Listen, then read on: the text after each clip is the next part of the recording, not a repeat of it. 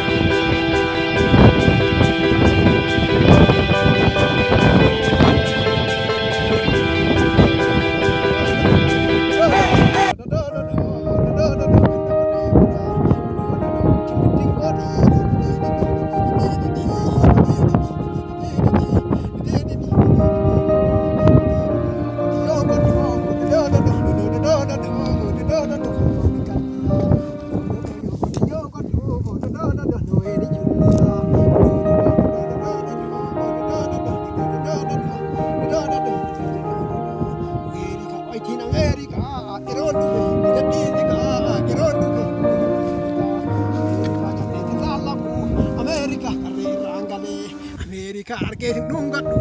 America magarana nahi America giden America iron du digadi ka iron du digadi ka America